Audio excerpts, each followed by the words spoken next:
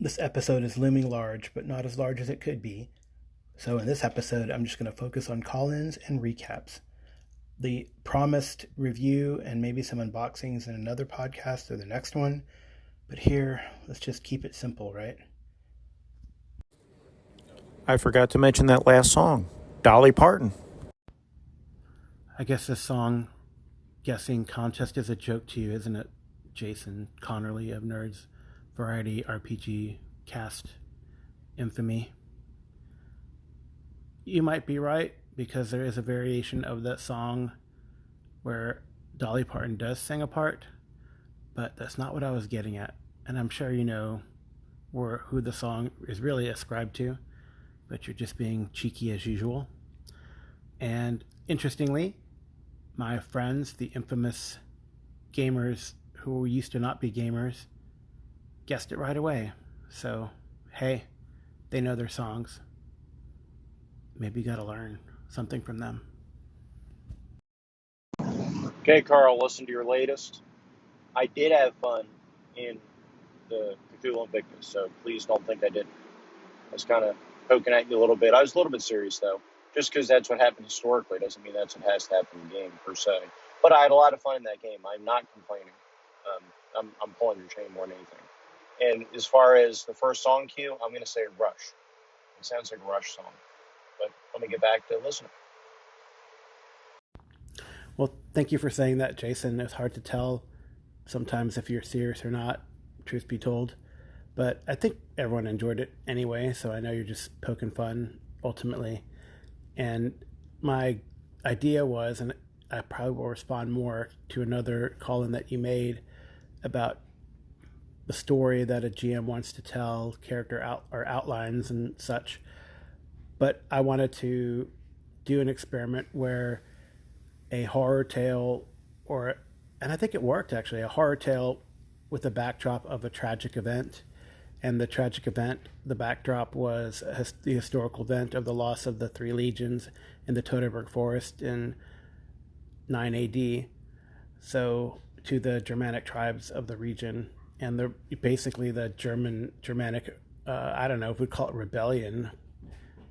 Were they occupied? I guess they were occupied, so it would have been a rebellion against Roman occupation at that time. But I threw in the weird stuff, and but there wasn't a lot of weird. It was in the background, and I think what worked really well, and I believe that all the players bought in, was sort of the slow growing despair of knowing that there was an impending doom. And I think that was pretty cool. Hey, what up, Carl? Great stuff, man. That was awesome to hear you talking about Pathfinder Savage Worlds or Savage Worlds Pathfinder. I've heard a little bit about it, but not too much, and that was really cool. Get kind of a little mini glimpse. I know next to nothing about Savage Worlds. I mean, I've heard you talk about it and other folks talk about it, but I've never read it or anything. But it does really sound interesting, and I've always been into the idea of Deadlands, but never played it. So I don't know, man. Maybe I'll have to look into some Savage Worlds. Anyway, good stuff. Peace out. Okay, Warhammer Fantasy Character Creation sounds a lot like the Mutant Chronicles Fantasy Character Creation, where in Mutant Chronicles 3rd Edition 2D20 Edifius, you can either do random or you can spend points to pick certain things. So I really like that mechanic. It sounds like Warhammer might incorporate it even better. But yeah, I really like that. As far as Savage Worlds goes, I'm a big fan. I think it's one of the best systems out there. Very versatile system, as obviously you're describing here in your show. Sounds like you had a lot of fun in your games over the weekend, which is really cool. And I really appreciate your recapping for us. Thank you. Thanks, Joe Richter of Hindsightless Podcast, and Jason again from Nerds Variety RPG Cast on the comments about Savage Worlds. Yeah, I really enjoy Savage Worlds. I think it's a great system. I might go more in detail about the various rules and incarnations during certain recaps. However, I have used aspects of Savage Worlds. I like the modularity in other games. For example, I use the dramatic task to mark character's progress in a bar fight in a 5e game that I'm running, and it worked pretty well. I've used it for chase scenes in other games, so I like that you can pull things out and use them, and people really enjoy, as clunky as it sounds on paper, people enjoy action cards for initiative, and it doesn't take that long, and people enjoy when you get a raise. I think there's honestly more excitement when you get a big raise on a damage roll than when you get a 20 or as a crit in a D20 style game. So, and bennies. Who doesn't like bennies? Well, I have heard on recent podcasts that there are naysayers about bennies, but there are many games, including, for example, the Mutant Year Zero games by Free League, Fria Lagan, that use like re-rolls, and that dramatically increases your chances of success. So, right, if you do that in Modifius style 2d20 games and you use momentum to re-roll, or your special hero point meta currency to re-roll, or give yourself a 1, I mean, it amounts to the same thing. You vastly increase your chances of success, and I think that's what these games want to convey, is that you as a big damn hero can succeed in these tasks. And I think people like big damn hero games. There are different styles of play, to be sure, but you want to win. You don't want to be frustrated in a game where it's just a slog, and no matter what you do, your character perishes no matter how smart you are. Oh well,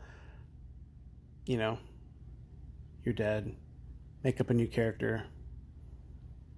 And these other games, they really help convey the danger, convey the action, and make you feel like you've done something cool and heroic.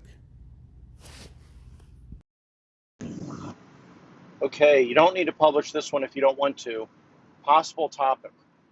So you said that Savage Worlds helped Kevin tell the game or the story he wanted to tell.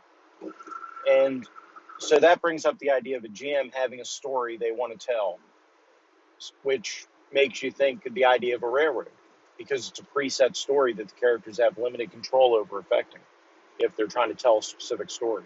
I know both at times you've done this sort of thing. I'm not saying it's bad, but this is my question. And I know Arlen has also talked, and Arlen's a fan of this kind of thing as well. So I'm interested in your thoughts on GM telling a story versus GM just overseeing the game, being an arbiter of the game, and letting the game go where it will. I'm curious on your thoughts on that. Thank you. I guess it depends is the answer, Jason. Sometimes, as a GM, I have a story in mind, like the aforementioned Toteberg Forest, Call of Cthulhu, Roman Invictus thing we did last year, where this is what's going to happen. But then really the most important thing and the most interesting thing is how the players react to the backdrop. And it's really not the story I want to tell. That is what happened. The story that is told is how the characters survive or don't survive, and the legacy that is added to their character's history, the legacy they bring, the influence they have on true history by their actions or not. I mean, that was my intention for that game. And a lot of times when you run a published adventure, right, it is a story. You want to go in a certain direction, and there's even, especially for, I don't know, I can't remember what it's called, not a dungeon crawl, but a point crawl. Especially with a point crawl, I mean, there are quantum ogres all over the place. And I'm not honestly a fan of that. If we're going to do some sort of point crawl or crawl this or that, then the character should have options to skip points. Or if it's in a hex crawl, then it's more procedural, and then it's where the characters go, right? I've done both, right? In Broken Lands, there really is no set story. It's what hex the characters want to visit, and I know what are in certain locations, and we'll see how the characters do. Sometimes the characters might take on more than they can handle, but sometimes the characters get super stupid lucky and kill something they shouldn't kill, or destroy something, overcome some challenge they shouldn't overcome, and get heaps and heaps of treasure. And then I'm accused, of course, of then being a Monty Hall GM, and I favor the characters and I should be killing them instead, especially in these old style games, right? But that's the way it is sometimes, you know? And I would say I prefer character driven, but time wise, sometimes you don't have the time to get these things together. Now, that being said, when I'm looking at making my own types of adventures, I do have a rough outline of what's going to happen. But in an investigative adventure, it can go in different directions, right? What clues do they find? Where do they go to investigate? And yes, there's an overall story, and there's probably things going on in the background but the characters can intervene at different points.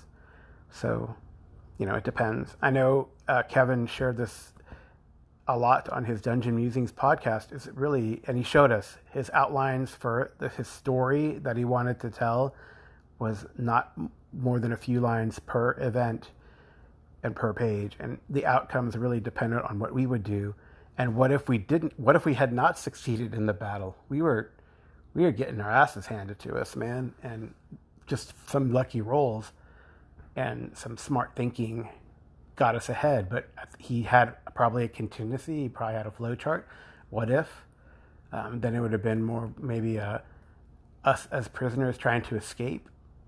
You know, so who knows what would have happened, right? So what if we would have not have succeeded? Then he has contingencies, and that's, I think, what you do is you have an outline, you have a plan in mind, but it might not always occur. And what I think he meant by that the rules allowed him to tell the story he wanted to tell is that because of the modularity of Savage Worlds, when he wanted to add a battle or when he wanted to add a chase scene, it was not hard to incorporate. And it wasn't like, oh man, what do I do now? Or because the characters took this turn, what do I do now? It was really the flexibility of the Savage World system that allowed him to have a very brief outline and then come up with a story that he thought would be super cool with the ideas he had about this sort of traveler out of time and how he interacted with the near God thing, I guess an awakened AI having reached singularity, and how that singularity tried to get itself into our universe, but we stopped it cold, right? I guess that's what he wanted to do, and whether we succeeded or not, I guess that was up in the air based on die rolls and thinking and strategy that we didn't really know what was on the back end. So there you go. I think that's the answer in brief. I'm sure we can discuss it more and more. I know you always kid about me railroading this or the other, but generally I think you're just kidding.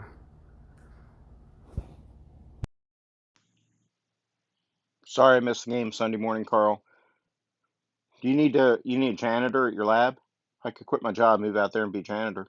Then I'd be available. You could just make sure my hours work around the game schedule. I'd be down for that. I'd only want you to become a janitor if you fell into some toxic waste and became the toxic Avenger, Jason. And honestly, shit happens. We miss sometimes.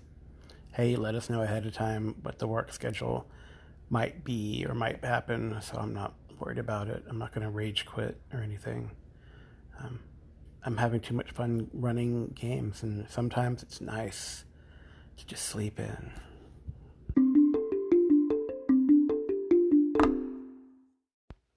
The first game I ran last week, June 7th, it was on a Tuesday, and so it's June 8th, and that was Mutant Chronicles. Mutant Chronicles is one of the first 2D20 games that Modiphius put out, and it is a near future sci-fi, sci-fantasy that has, in this incarnation, there's 3 different eras you can play. The Dark Symmetry era, which is the beginning of the chaos that overtakes the solar system, and then there's Dark Legion, which is in the midst of the chaos, and then Dark Eden, which I think is chaos winning, but we'll see. I don't know if we'll ever get to those. I decided to start with Dark Symmetry because I like the idea of being there at the beginning, and we actually it's part of the quick start, but they also reprinted it and reworked it into the Dark Symmetry campaign book called Strafar Gatan 39. Jason Connerly did a great job of telling the tale from a player's perspective in his latest podcast in here, so I won't go into super big details. But he did say some pretty cool things that he thought I did well, and maybe I'll give some insight as to how I arrived at that. One of the neat things about the adventure, there are various that in the published adventure that there are various stages of weird. So phase 1, 2, 3, and they gave you what was happening at the various stages in the particular encounters that occurred, which makes for a little more text in the adventure itself, but it's kind of cool, and it tells you how when to progress these various adventures or these various stages throughout the adventure. So, phase 1 is pretty innocuous. Everything seems normal, very mundane encounters you deal with. And then in phase 2, after a few things occur, it gets to the weird. And I think that was really nice because it helped me outline my thoughts on how I would progress things. And really, the progression depended on what the players' actions, what the players did, and how they interacted with the environment, which I thought was neat. So the faster they go, the faster it escalates. If they do certain things or investigate certain things, that could trigger an escalation, etc. And I think what was really good too is that we did this adventure in one session. We had a session 0 sorta with this where we got together and made characters, and I helped people make characters using the online Meet and Chronicles generator, which I think worked well enough. There are some glitches, but hey, we did what we could and corrected where we needed to. So I think that phasing really helped me to outline how the creepiness factor would escalate. So I just went with it, and I think even though at least one of the characters tends to be very cheeky and joke a lot, I don't know, out of nervousness or whatever, this is a game, obviously, and he doesn't want to take it too seriously. I did try to maintain a serious focus throughout, and I guess that worked. I'm sure I can add some comedy and silliness. For example, when I had some of the gang members called the Croakers, so like a frog, so when they said, "Here, Picky Picky, come out and play," it was a riff on the Warriors movie.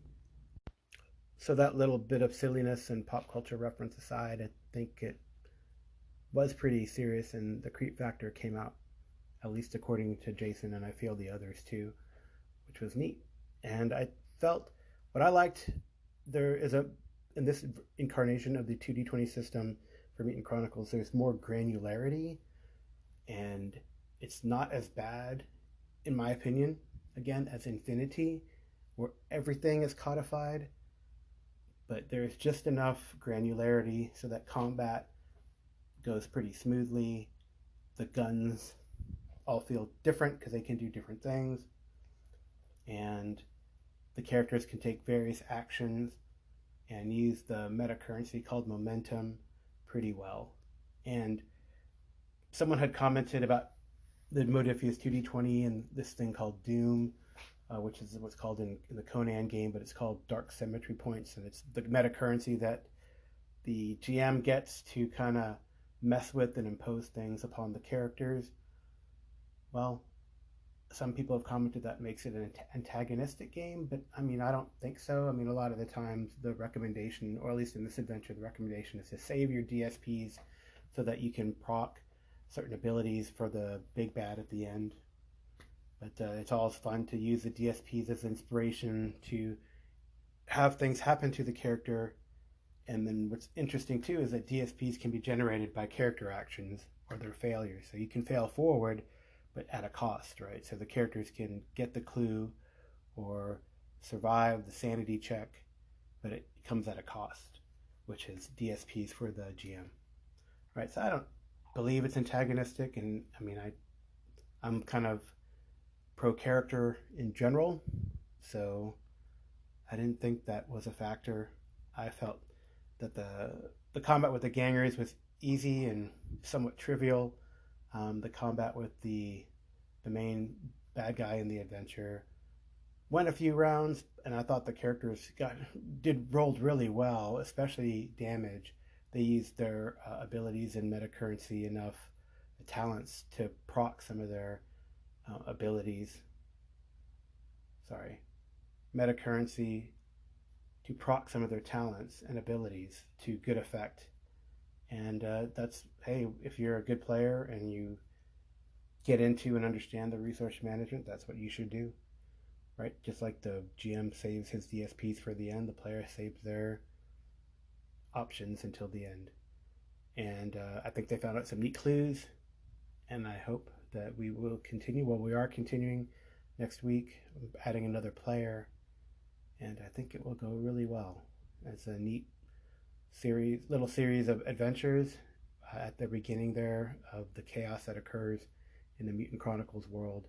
And really, if you haven't caught on or have never seen Mutant Chronicles, you can think of it as sort of Warhammer 2.5K.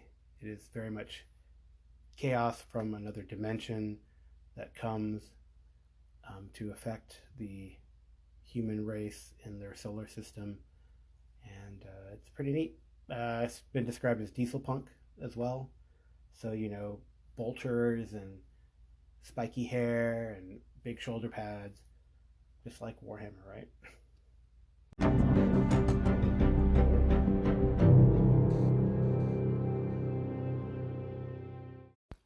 The second game I ran last week was our Legacy of the Witchfire campaign, which is Iron Kingdoms 5e.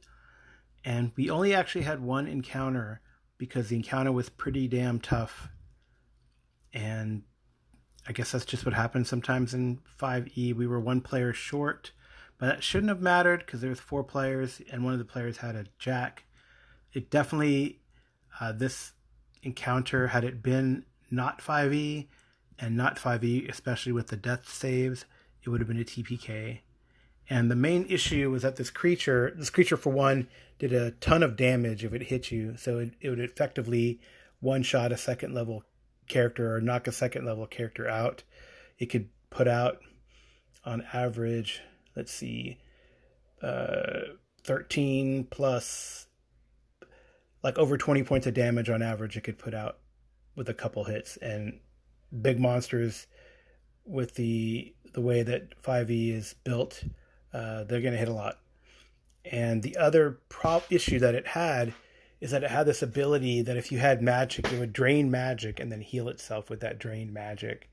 And that occurred 2 times during the combat. So they were blasted a couple times with their shotgun, scattergun things, or shoot it, or do some hits it with some magic, and it just didn't do anything effectively because then it would heal itself the next round. It'd take a round to down a character, and then the next round it'd heal, then it'd run and down another character. And I think only from a combination of not all the characters were out at the same time, though all of them eventually got knocked out. At least one of the characters had the wherewithal to run to a character to stabilize them, and they had a couple potions of healing, so they were able to make the unconscious character chug one. So it was like they were bouncing the bad creature between them, and eventually they defeated it. But it was pretty brutal, and they had to look for a hidey hole to take at least a short rest before they continued on. But that combat took a while because they were trying to strategize and think as tactically as they could to survive. And sometimes that happens, in the swingy D20 type system. So there you go.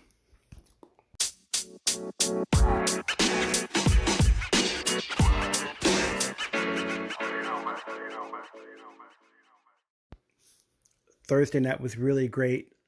I finally got to play live after a long hiatus of only playing online, and we started our Enemy Within campaign for Warhammer Fantasy 4th Edition with the beginning of Enemy in the Shadows.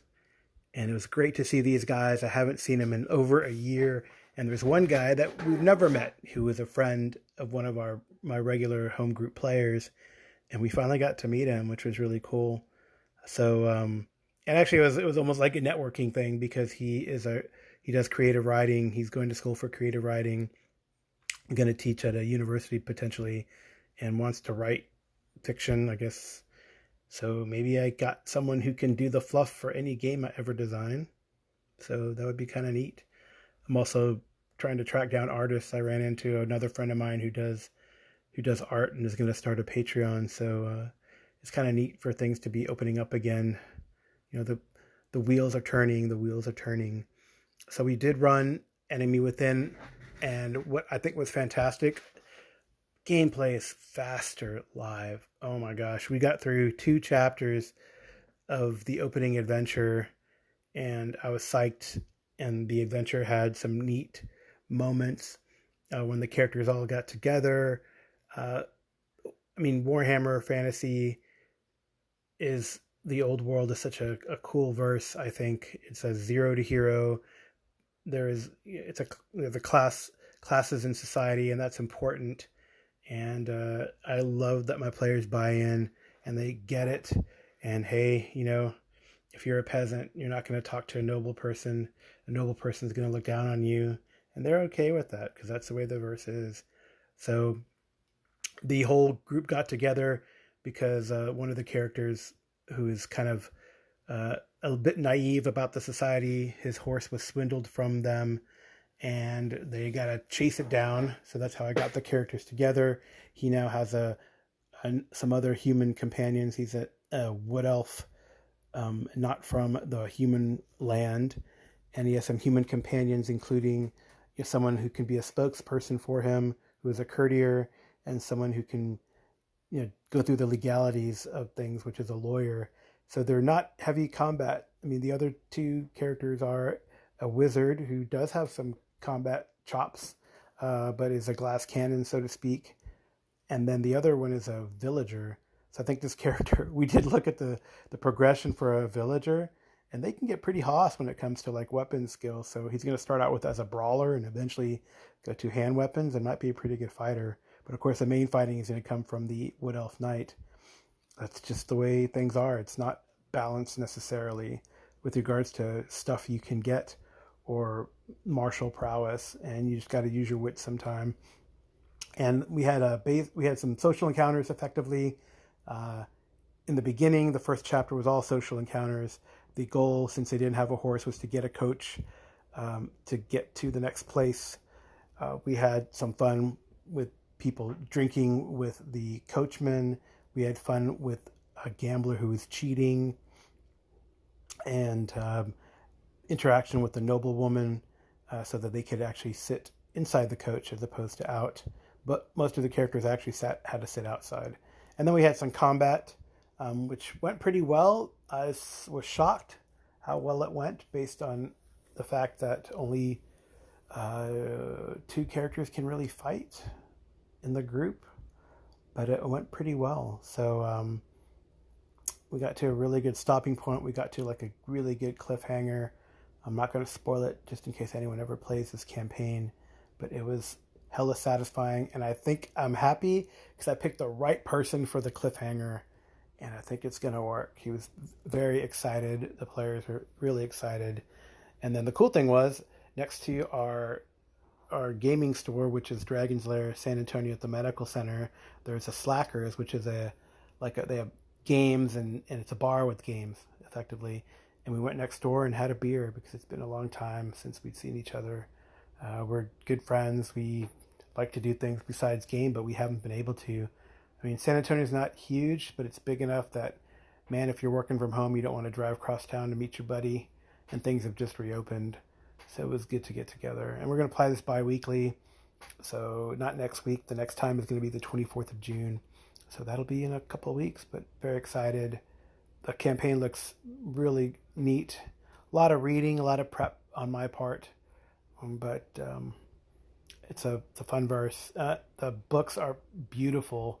I love the art in the Warhammer fantasy books in general, and it's a really easy to read layout. There's lots of art. It's a great production value that I think Cubicle 7 has done with this game. So the first book is Enemy in the Shadows, which is the enemy within, and the shadows over Boghafen, however you pronounce that. And the next one is going to be Death on the Reich. So good stuff.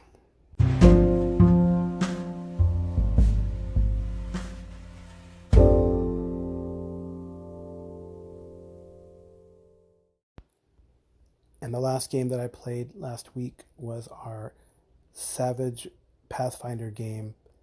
And this was basically the aftermath of the big battle, the big conflict from the marathon in the land of Numeria, in the Iron Gods themed one shot over multiple sessions that Kevin Madison did from the Dungeon Musings channel. And you can watch it and see what crazy antics happened. But this time it was pretty calm. It was very simple. We were trying to catch up on things, helping with the rebuilding. Kevin, the GM, asked what we were doing in the interim, right? So my character, who is really about defending Torch, was definitely helping with the rebuilding and even training militia, since she's a martial-based character. So that's what I was doing in the 2 weeks from the end of the hunting the mutant master and now. And we had to catch up and help some local businesses with catching up on orders. For example, there is a group of horse trainers, horse breeders that had an order that was like 6 weeks overdue.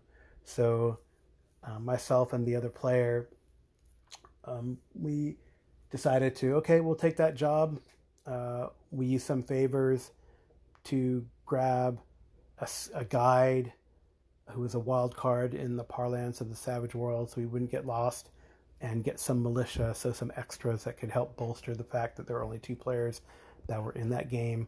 And much like, I would say, an old rule set type game, you can get henchmen and call in favors, and that really helps the scalability of Savage Worlds when only a couple people show up. And I'm trying to learn this as I'm recording this. My regular Wednesday game canceled because a couple people couldn't show up, and I should have some backup, and it was last minute, and I should know better. I should have a backup, and I have all these games on Roll20, but I just wasn't ready because it was the last minute thing, and maybe I should need to study up these, like, just in case, and have them ready to go and be ready to roll. And I think I can do that better with the Savage Worlds. Like if we were to have Savage Pathfinder or East Texas U or Deadlands, then it'd be so easy to roll it in, and these people can pick their archetypes, or if they have archetypes already. But I don't, I need to build that on the Roll20. I may have some games on the Roll20 that I'd like to run. Like I have some Delta Green games, for example.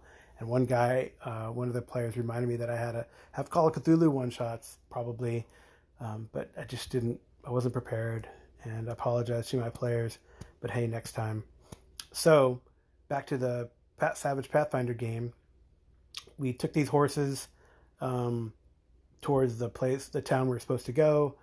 Travel was non-eventful except for one kind of fun event where we ran into another horseman, a Kellid horseman, a Black Horses tribe that my character has made friends with, but he seemed kind of shady, and he took off really quick after we asked him what he was carrying in his bag that he had, his saddlebag, because the other character saw something moving in it. So we gave chase, and we did a chase roll. We couldn't chase him because he was too good a horseman, but it was pretty fun. I did roll like 2 or 3 critical fumbles during that chase, and it was, I was fatigued, my horse was fatigued. Fortunately, didn't get injured. And then when we were going, and then after that, our luck turned, and we had a couple days where our horses that we were leading got fatigued.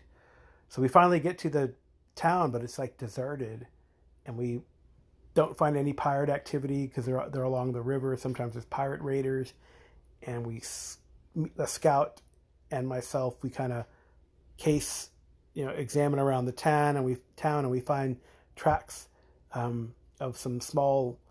I guess we just discovered they were gremlins, and then meanwhile the other player was with the henchman, and he found like the only person in town, and the person in town was pretty evasive, and my character being brash, cornered him and said, "Where are the people? What does that to do with gremlins?" And that's where we stopped. So we left with the cliffhanger. And what's interesting too, I mean, there are some games where it takes a long time to progress, and you play and play and play. You don't think you're making any headway. Savage World is not like that. You effectively can get an advance every game. I think there used to be slower in the previous edition, but in this adventure edition, it is more like Shadow of the Demon Lord, where you can get an advance every game, and you could potentially have about 16 sessions because you advance once a game, and then you progress from novice to seasoned to veteran to legendary, and then that's it. So, I mean, you could continue playing because it could still be a potentially deadly game depending on what the GM or the Iron Marshal person who runs the Savage World game throws at you. So I think I don't know. So that's a very interesting conversation when we get to Legendary, both in the Savage Pathfinder and in the Deadlands game that I'm running. Like, how far do you go? I don't know.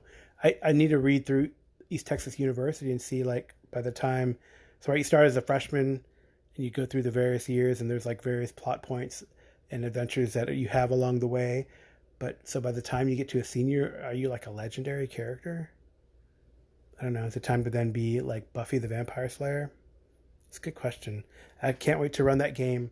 I think that's on the docket after we finish whatever Arlen has planned for Savage Sewer crawls.